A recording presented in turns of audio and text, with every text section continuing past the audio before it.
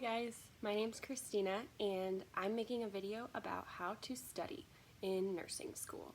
So, how to study in nursing school is a question that I'm pretty sure everyone asks themselves from day one, especially after you take your first exam and you feel like you really studied for it, and then you walk away and you're like, what happened? Why didn't I do well?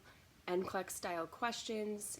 It's just a whole new world, and it's a whole new kind of studying. You're not studying to memorize now, you're studying to be able to apply it. And I feel like that's a whole new level of expectations from prerequisites to nursing school. So whether you're in nursing school now or you're about to be in nursing school, I just wanted to make a video that would help others figure out how to study early on, because it's gonna serve you well. I would say the first thing that you're going to want to do is you're going to want to get enough sleep. That's the hardest lesson I learned my first semester, was not getting enough sleep. You really can't go without sleep. If you try to get less sleep to maximize your time, you're not going to be able to store all of that information in your brain. So when you sleep, your brain can make things permanent, that it makes it stick. That's the best way I can explain it. So you end up spending more time, at least I did, when I wasn't getting enough sleep, studying the information because my brain wasn't working optimally. So, optimally. Anyway, my brain wasn't working like it could because I wasn't giving it rest. So definitely sleep, because you will end up wasting less time if you sleep. And I promise that sleeping will be a desirable thing when you're in nursing school. You're not gonna not want to sleep. I promise. So definitely get enough rest. Another thing that I would say would be to, break it up into small increments. So what I do is I will do 2 hours a day is my goal throughout a unit. In our program, we have 4 unit exams and a final exam, and it's usually about a month spent per unit. Sometimes it can be 2 weeks, but most of the time it's about a month, and you learn a lot of information over that month. And if you leave it all to the last minute, you are going to be so overwhelmed, and you will not be able to really learn the information to a point where you're able to apply it with leaving it to the week before the test. And that's another lesson I learned my first semester of nursing school, was start studying from square one. The second you start another unit, start studying and record the lectures. Record them. Obviously ask your professors permission first, because just for ethical and legality reasons, and don't share it with your friends, just like keep it to yourself, but ask your professor at the beginning, hey, can I record your lectures? They probably would be more than happy to let you do that. There's no way you can hear something once and be fine. That's something I've learned. Like, it's like watching a movie. The more you watch it, the more you notice. And that's kind of the key concept there with listening to the lectures. Don't just record them and not listen to them, because I also did that, which was stupid.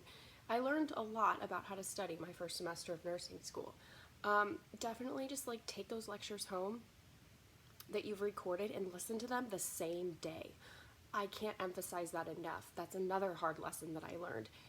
You're going to have to relearn the information if you put it off. Yeah, I get it. It's the last thing you want to do after sitting in lecture all day, but your brain will retain that information so much more if you're getting enough sleep, if you're eating well.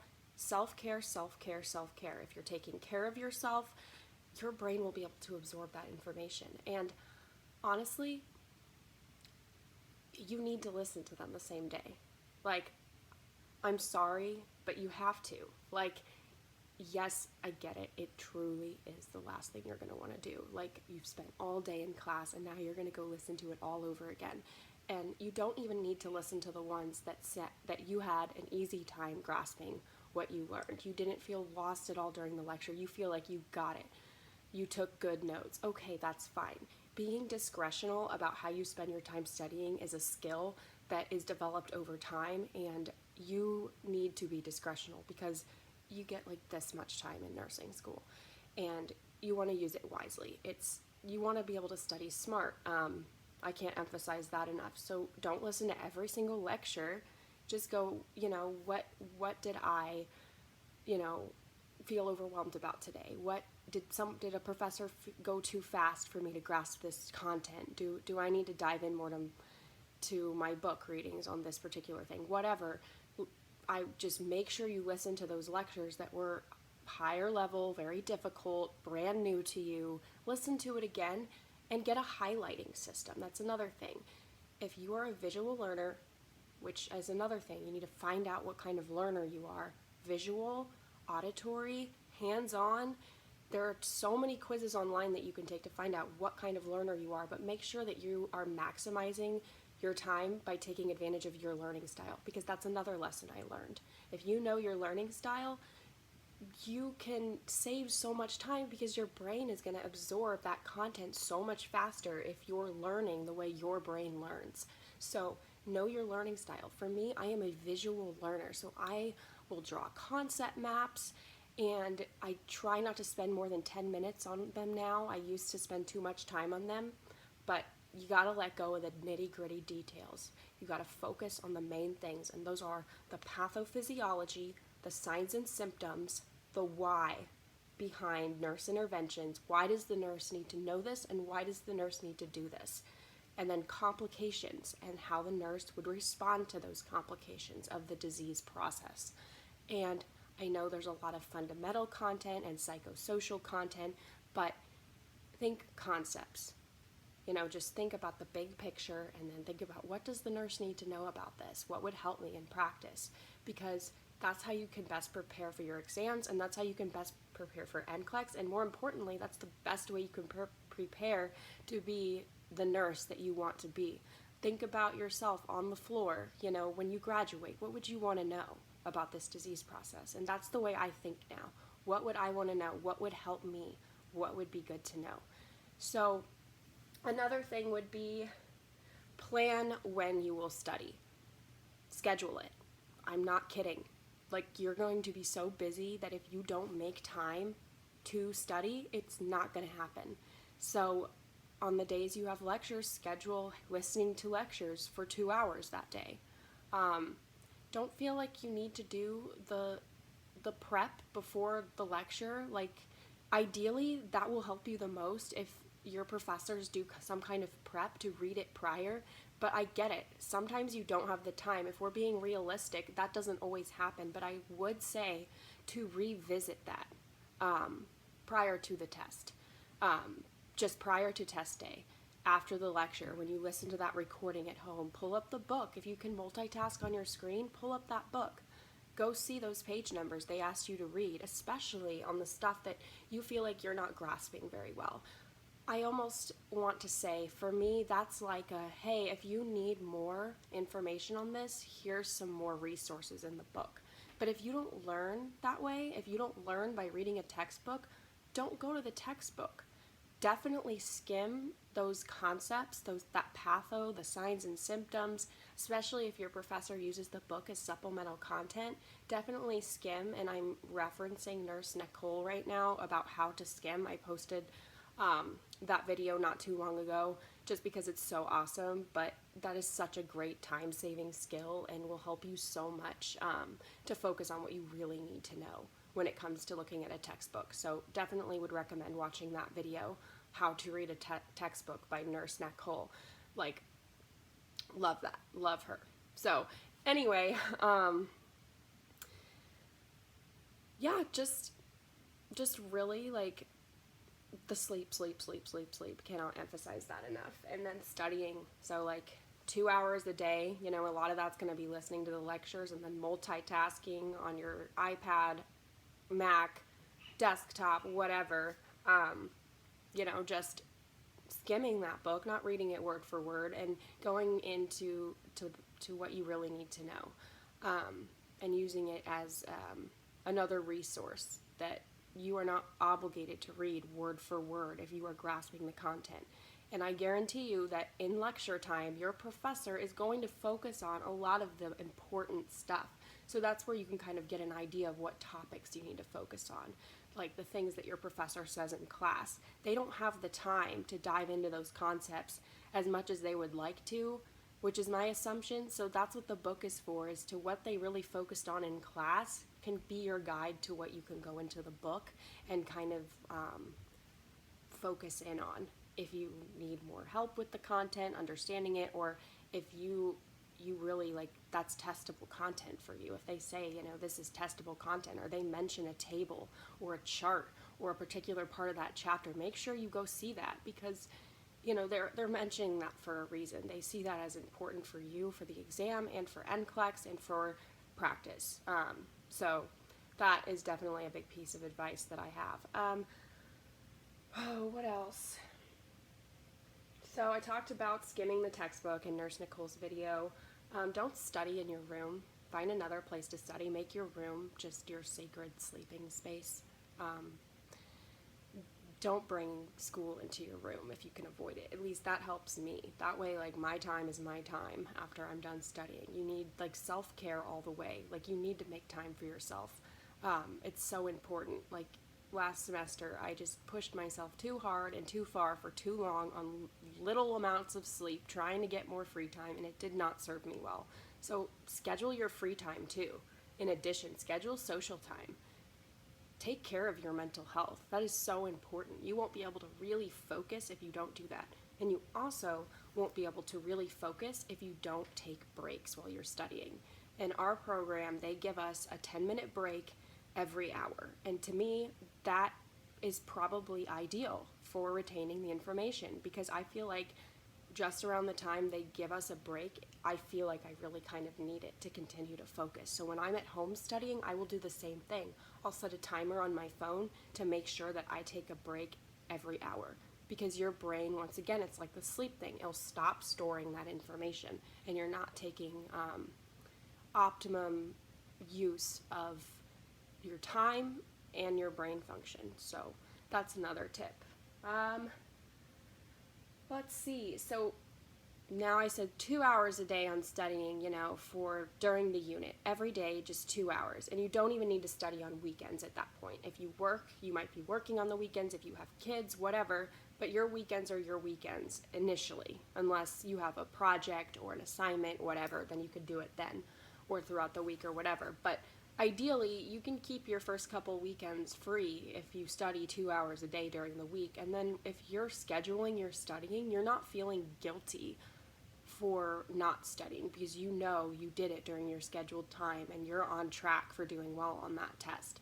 And obviously, like, 2 hours works for me initially in those first couple weeks of a unit, but it might be more for you or it might be less. That's something that I feel like depends on the person, how much review and study time you need. Like, I know some people who can literally just listen to the lecture once and be fine. And then I know some other people that have to read the book word for word because that's how they learn. Like, everybody's different, which is why I can't emphasize enough to know your learning style and know yourself. Like, have that self-awareness of how you learn and how you retain information. And it's really trial and error. Like, I'm going to be honest with you. This is all stuff that works for me. So I cannot guarantee that it will work for you, but I really just wanted to share it. So 2 hours during weekdays, right? Now you got the week before the test, right?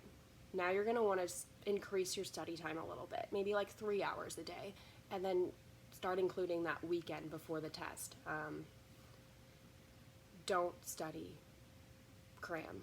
Don't lose sleep, don't cram before the test. You probably hear that a lot, but it's true. It really is so true. So 3 hours test week is what I do. Still taking those breaks. I try to listen to my lectures at least once, and usually the day of. And when I listen to it again, I add on to the really good notes that I try to take in class. I add on to them. I make sure that I have this code system of highlighters. That's another thing that I do. Like, pink means this is memorization piece. Like, this happens for 7 to 10 days. Like, that's something I would need to memorize. That specific of a piece of information. Or sometimes one of your teachers might say, hey, this is really important. Like, listen to key words like that. Listen to what they emphasize. Know your professors. Know their teaching style.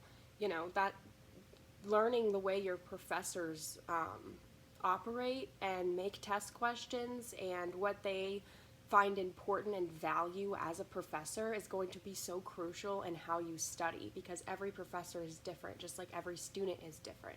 And your learning style is different from mine, and a professor's teaching style is going to be different from another professor's teaching style. So you might have to learn their content a different way. So if you feel like you're struggling to get to know the way they teach the content, you can meet with them. Don't hesitate to do that.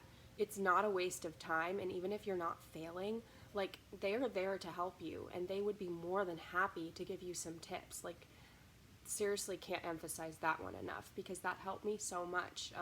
Just going, hey, like, I didn't do as well on this test as I thought I would. I don't know what's going on, but can you meet with me? Like, they'd be more than happy to do that. So now I talked about 3 hours a day, kind of the week before the test is what I do. The highlighter coding system, where like pink is memorized, orange is most likely testable, like very important information. I make yellow like, oh, this is the color of this sounded important in class or whatever. Or this sounded important to me. You know, so that's my yellow one. And then you just make a system that works for you. And then when you're looking at your notes, it's not this like, it's not just a bunch of words on a PowerPoint. It's your notes that you took with exclamation points, with color highlighters, you know, whatever. Or maybe if you're auditory, while you go for your run and get exercise, which I need to work on doing, listen to that lecture. Listen to that lecture while you're driving. Maximize your time. Multitask. Like, if you're auditory, that's great, because that means you don't need to see as much in front of you to learn, which means you can multitask. You can listen to it while you're driving. You can listen to it while you're waiting to pick your kids up from school. You can listen to it while you're going for a run or on the treadmill or on the cycling machine or whatever. Like, that's super cool to be able to do that. And if you're hands-on, that's where it gets a little bit more tricky. I would say rewriting out your notes, if you're hands-on, would be the best thing to do, because it's a kind of like a tactile thing. Concept maps really help, because that's like a visual and hands-on way. And you can, you know, definitely putting that pathophysiology in your own words as you're reading it in the book is helpful. You know, like putting the signs and symptoms in your own words in your head is helpful, and putting the nurse interventions in your own words, like in your head, is really helpful. Let's see. So 2 hours a day on the first couple weeks of the unit. Don't avoid doing it on weekends. Take care of yourself. 3 hours test week a day, and definitely include that weekend before the test of studying. Maybe spend about 3 to 4 hours a day on each weekend day studying too. And like I said, what works for me in regards to amount of time studying might not be what's ideal for you. So you need to adjust that, give or take, to what works for you and what you feel like will help you. All right, so now we're looking at the day before the test. I would say at this point, you should have covered all content. You should have listened to each lecture or revisited each lecture at least once. So that is the hope at that point, and that's another reason to start early, so that that day before the test, you basically know the information, but this is your review day. So this day you're going to spend taking NCLEX style questions.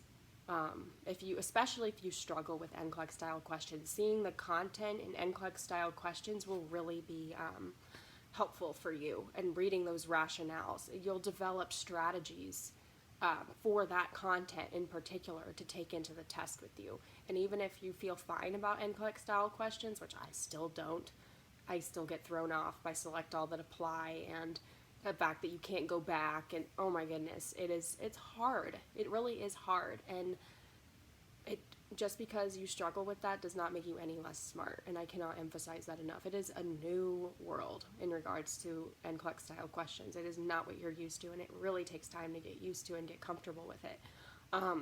So, taking those questions, over important chapters, especially the chapters that your professor said to read, will help you so much. And then also spend that time skimming your notes, skimming your highlighting coding system. You know, I print out my PowerPoints, so for example, you know, it's gonna kind of like, here's just a random page of notes. Like, this is my, you know, test of what I thought sounded like really important to me, or like I thought this could be testable. Like, this is orange. So like, here's an example. And like, I keep it all in a binder, one unit at a time now. And because I'm more of a hands-on learner, I like to write out my notes. It helps me learn it better. But some people will do it, you know, on their computer, and that works for them. That did not work for me last semester. I still did okay, but it was not ideal. So, I mean, this has really helped me, just like printing out my notes. And I will do that, as soon as they're posted wherever. I don't know what kind of learning system you use, but I'll print them out, and then I'll write on them in class. I've heard Cornell style notes are really great. Whatever works for you, note-taking style, figure that out too.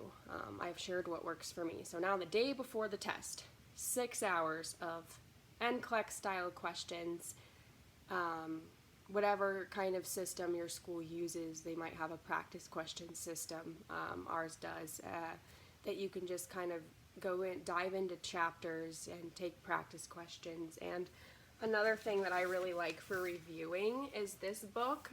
It's based on the 2019 NCLEX style, like the test plan for the 2019 NCLEX, and really just the most recent one. And really, I feel like it's kind of it's about like $50 to $60, which is kind of crazy sounding, but it is so helpful. And if you feel like that's too much for you, you can always go to like a used bookstore, like Half Price Books or something, and get an older version, or see if someone's selling an older version online. Like, it's really not going to be too much of a difference, but I wanted the latest NCLEX test plan because that's the big test. That is what you are ultimately preparing for. And usually, like, your nursing program will try to base the content off of that NCLEX test plan to make sure you are adequately prepared.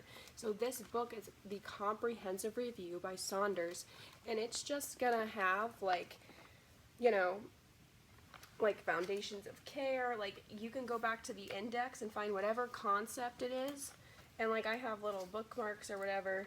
So like psychiatric medications, like I'll make little notes in it, and it'll just have like the most important stuff in it. Like, I'll have a description and just like what the most important points are, you know, for the NCLEX. And then it'll also have, you know, based on the concept that it is, like whether it's psychiatric medications or like a disease process like GERD or something, it's going to be in here. So then they're going to have, you know, some practice questions at the end. It's got your side effects, it's got your patho, it has some cool pictures, and then it'll have some test questions, and then it'll have like a strategy and like a rationale. And I just feel like this is a good like double check, especially on the stuff that you know is important, like a disease process that was on that unit. Just look it up in the index and read the little couple pages on it, and try to take the questions and look at the strategies and rationales on it. It's really, really helpful. So I also have some examples of some concept maps that I made because I'm a visual learner. So this is from a table in my textbook, and each one of these took me about 10 minutes. So this was kind of a table that was emphasized in our readings. So this is herpes simplex virus on the lip, and then this is just basically, you know, like a little mouth ulcer, like a cold sore, and they can look similar, and a lot of people don't know the difference. So the table didn't have any pictures, so I drew it out, and really I just kind of mimicked the way the table was. Therapeutic management, this is the appearance, this is from word for word, you know, from our textbook, and then, you know, the cause, and you know, like whether it has a fever or not, because that was one of the columns on the textbook, and then, you know, the length of the illness. And then you can take these and look at them, and I know my drawings are kind of elaborate. Yours can be stick figures, and that's fine, but don't let it make you take too long, because then you're spending too much time. But like now, I can look at this table, and it makes sense to me. it's not just like a table. And no, you don't have to do that for every single table, but for tables that are just like, this is kind of like blah to me. I can't just like read this a bunch of times and be fine. Like that's a fun, like creative way to make a table look kind of alive, visual. Maybe it's not making that concept map. Maybe it's typing in things from the table into the YouTube search bar. Maybe it's going to videos like Khan Academy or Registered Nurse RN. They are a great supplemental resource to go to. I love Sarah from Registered Nurse RN. She's amazing. She has so many of our nursing content topics covered. Like she got me through fluid and electrolytes and acid base. I love her. She's great. And she really like works with visual learners. Like she draws everything up on a board. Like I think what she does is great. And it's really helpful. So yeah, Registered Nurse RN, Khan Academy, find a good like resource for you on YouTube if you're a visual learner. It might not be making concept maps, but just remember, don't get too into the details. Don't spend too much time. Just watch yourself on that. And really the time you spend studying, put your phone away. Set that timer to take a break. Don't use your phone on your break either. Go for a walk, get a breath of fresh air, eat a snack. Do whatever it is that you need to do. I said listen to the lectures on the same day because you're more likely to retain the information. The last thing I'm going to say, last couple things, go to bed early the night before your test. Get enough sleep and then take advantage of your short-term memory in those hours leading up to your test. Get to school early, be on time, don't avoid unnecessary stress, and eat a good breakfast. So great rest, great nutrition. Take advantage of your short-term memory, and once you lock your phone in your car and walk up to take your exam, take a deep breath. Don't think about the test. Just try to center yourself. You did all you could, like that's another thing that I am working on still is like letting go of what's out of my control. You only have so much time. You did your best. You worked hard. It is what it is, what it is. So just, try to let go before that test. Like spend that time just like deep breathing and just being, like I did my best already, and just try not to think about the test, like center yourself. So definitely that. And here's my life-saving, amazing, wonderful, in my opinion, tip, which it was for me, is getting an app to record with. Don't just use voice record. I mean, if that works for you, great, but then you can see more, you can do more with your recordings if you get an app. Some examples are Otter. I know people who use Notability. I use Otter. Some other people that I know use Notability. Notability I think is only like $12. Otter is $100 a year, which costs less than Netflix, I think, if you divide it up by month, which I just canceled my Netflix subscription and got this app instead, but it will take word for word notes of what your professor is saying, which I think is super, super, super nice. Like, I don't feel anxious or stressed in class when I feel like the professor's going too fast for me on a particular topic that I feel, like would need more time to grasp. I couldn't write down what they said. I missed it. That's fine. I'm not going to let that stress me out or break my attention. That app is recording that word for word, and I can go back in and even highlight within that app. It is amazing. It will pick up on the words that the professor emphasized, and when you click on the word, it'll take you to where that word is in what was transcribed. It's literally transcribed from voice to text. So now you have this body of text of word for word notes from that lecture. And while you're listening to that lecture at home again, guess what you can do? You can highlight.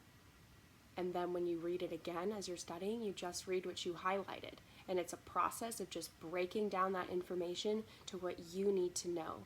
And do not ignore the book. That's another big piece of advice. Well, I think that's all I have. Just one more thing, don't forget to ask your professor before you record, and don't share recordings with other people, because that's just a lot of people don't like that. That's just not good, and I don't want anybody getting in trouble. But, you know, that's how I study, and that's all.